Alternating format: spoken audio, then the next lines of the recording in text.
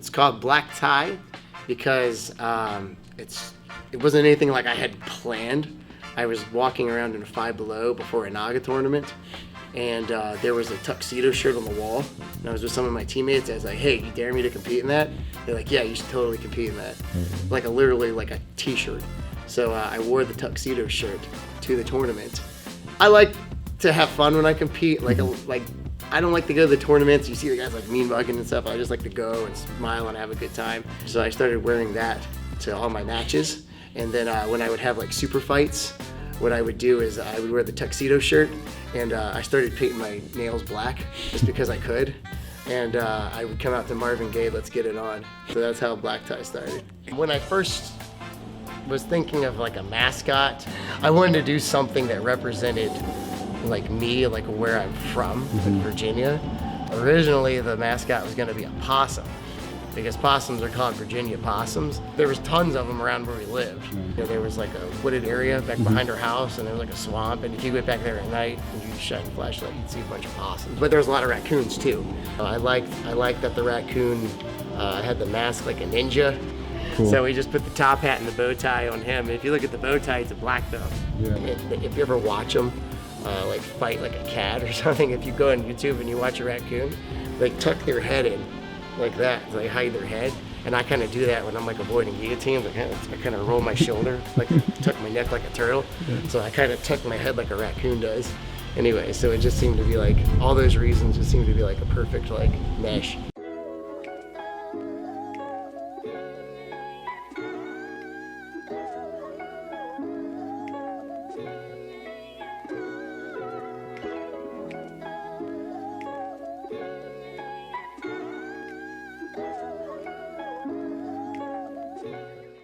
Are you excited about the camp? Very excited. It's awesome to have you guys down here. We're happy to be here, man. Yeah, you guys blend very nicely with what we do. So this is perfect. If I try to get my feet long flat-footed, it's not going to be super stable.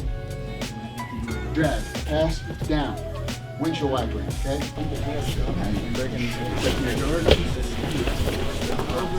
Feels better? What's about to go on right now? Corey's about to scold everyone. Corey about to give a scolding? Yeah.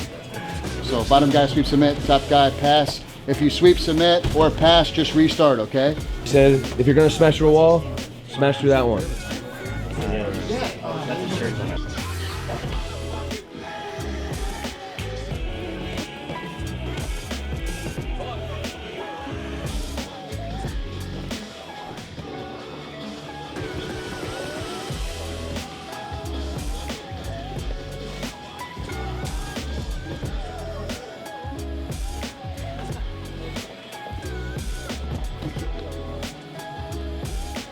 How are you liking the role so far? I love it, man. Feels like I'm getting my ass kicked, and that's what I came here for. How did you like the first training session? Oh, I love it. It's super nice, super intense. It's great that you guys are here. We're very excited. Thank you so much. We're happy to be here. You guys are great. Thank you. They get the point. We were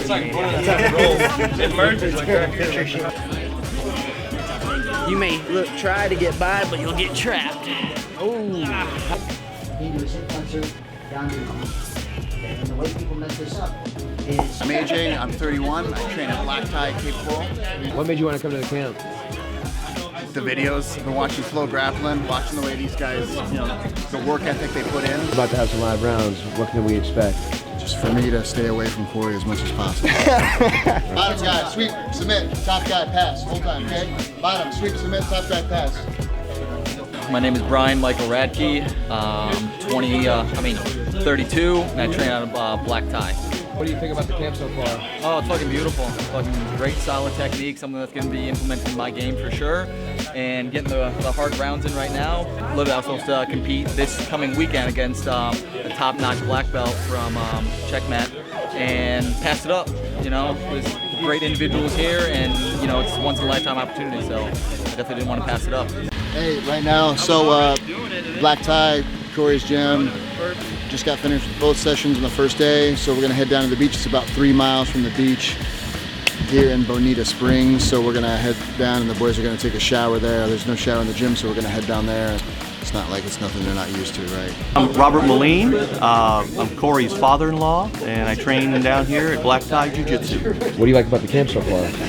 Oh, it's wonderful. I enjoy going over the basics and learning things like footlocks again. And I missed yesterday, had to work, so and I wish I could have made it. I wanted to hear. I heard they did some passing, so I'd like to have done that. What do you think about these Daisy Fresh guys? Like nuts or what? Awesome. My son actually said I don't think they even got tired when they were rolling yesterday. So that was awesome. And when you train to be a champion, you know, you can see it. You see it in them. They train to be champions. You excited for the rest of the camp? Excited, scared, everything. What's your favorite part so far? I like the Shark Tank. Haven't done anything like that before. The intense, back to back to back. Yeah. Keep the high intensity. I like it. Good pressure. Hell yeah. Practice 4. Excited. Got him hand fighting, standing up, doing some takedowns. A lot of gyms, they don't do a lot of takedown stuff on the feet, but Corey's got the guys going here at Black Tie, so it's going to be a good day. Excited. I think it's important as a coach to know, even not even just your students or your athletes, but other people that are around them. You know what I mean? I think it's you just kind of learn to read that on people when how much they can be pushed until they break. You know, you don't want them to completely break, but you want to get them to that point where they're where they're drowning almost, and they're just fighting and fighting and fighting. But you have to keep that. You know, they have to be able to keep that in their mind that they can always get above the water. So I just think as a coach, over time, I think that you learn to find that, like in people, and see it in them. You know, read their body language, and when someone wants out, you can tell. And as a competitor, it's important to learn when your opponent wants out. Then you can really turn it up. So I just think over time, people just learn that. It's not as much as a gift that it is just experience that. How's the camp going so far? I love it, man. I need it like every weekend. Not maybe all the time for me because I'm old, but it's really great, man. It's just a different sort of environment. If you haven't ever experienced Daisy Fresh or the Pedigo environment, you need to. If you think you want to win championships and you think you want to compete, you need to be in one of these rooms like this and really dig in and know what you're doing. So get you some time in a room like this, and it'll pay off for your school and yourself.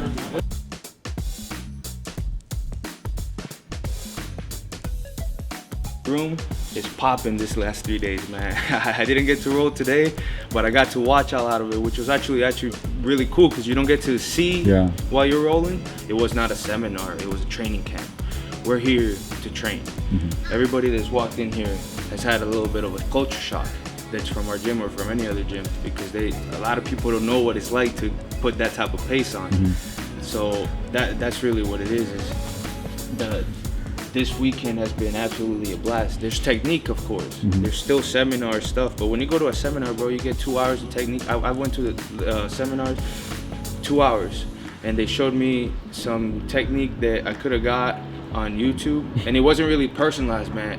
You all have been taking your time to go from one to another. Heath, Andrew, Jacob, all you guys have been going around and making sure to touch each person and help them out with the technique.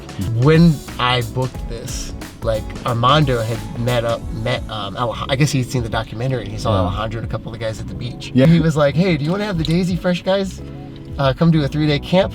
And I was like, yeah, that sounds awesome, but I'd actually never seen the documentary.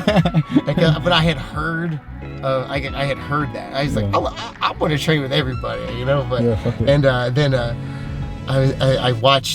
Googled it after I agreed to it, and then I saw what you guys were about, and I fucking loved it. Like I loved what you guys talk about, what you guys do, how you train, like everything he said in like that little trailer. Oh, dude, just, like hit me, like touched me. I was like, fuck, man, these guys got the right idea. Like just like the more, because now you guys are putting out a lot of stuff on YouTube and little snippets here and there.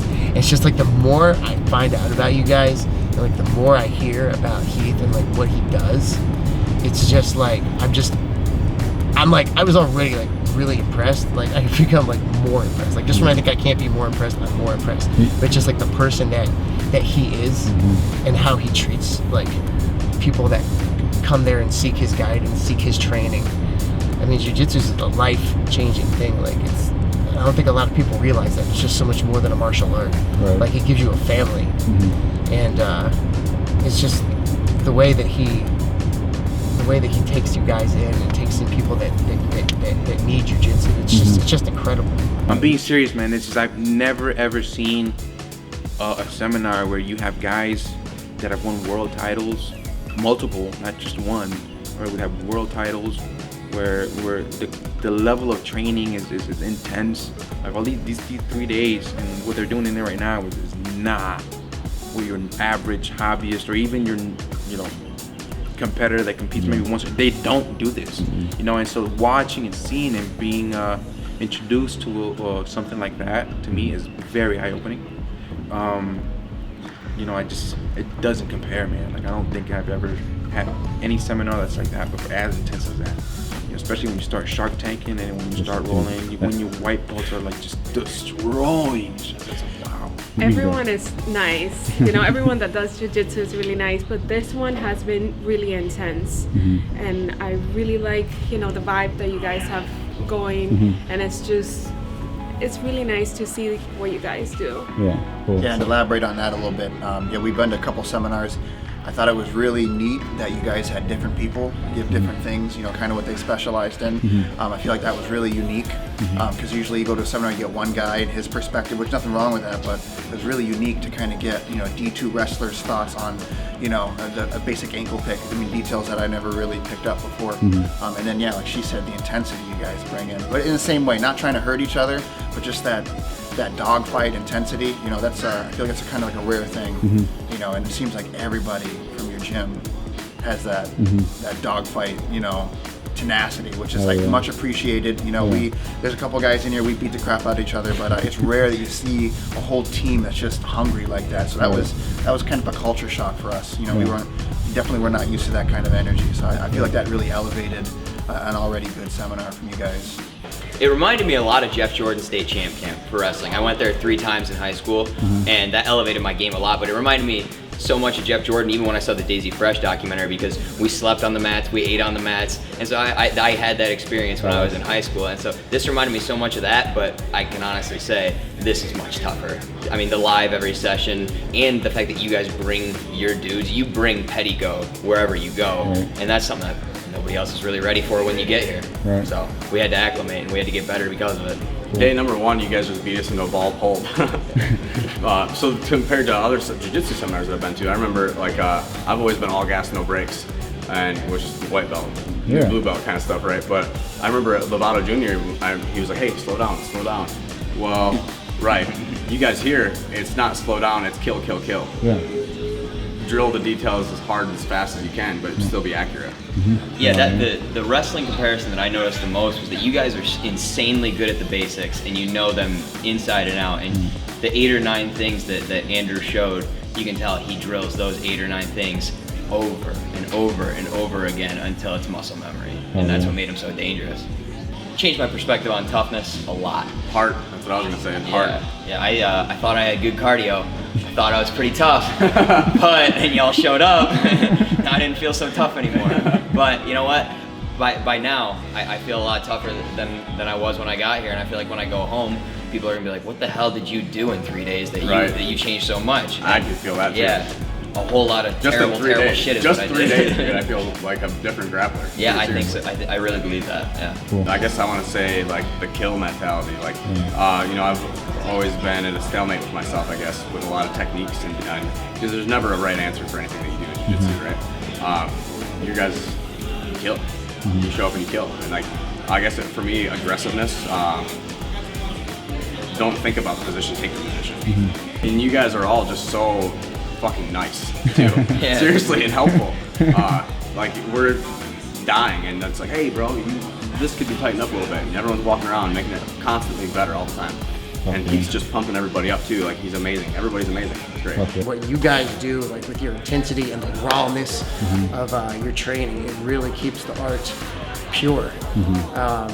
It's not about the belts and the nicest equipment and the nice, the glass shells and the new zebra mats. It's just about the intensity. It's not going to make you better. You have to remember what you came to the gym for, to learn jiu-jitsu and to be proficient. So just the rawness, I think, I love what you guys are doing. I think it's just so good for the sport. and that you guys are able to come and show this to Southwest Florida and go around and have the platform you guys do to show just what really matters. Yeah. You know, what really matters. Having a good team, you know, infectious vibes. I mean, the vibes are amazing. I mean, everyone was just so happy to be here. And just being able to go and put in that grind.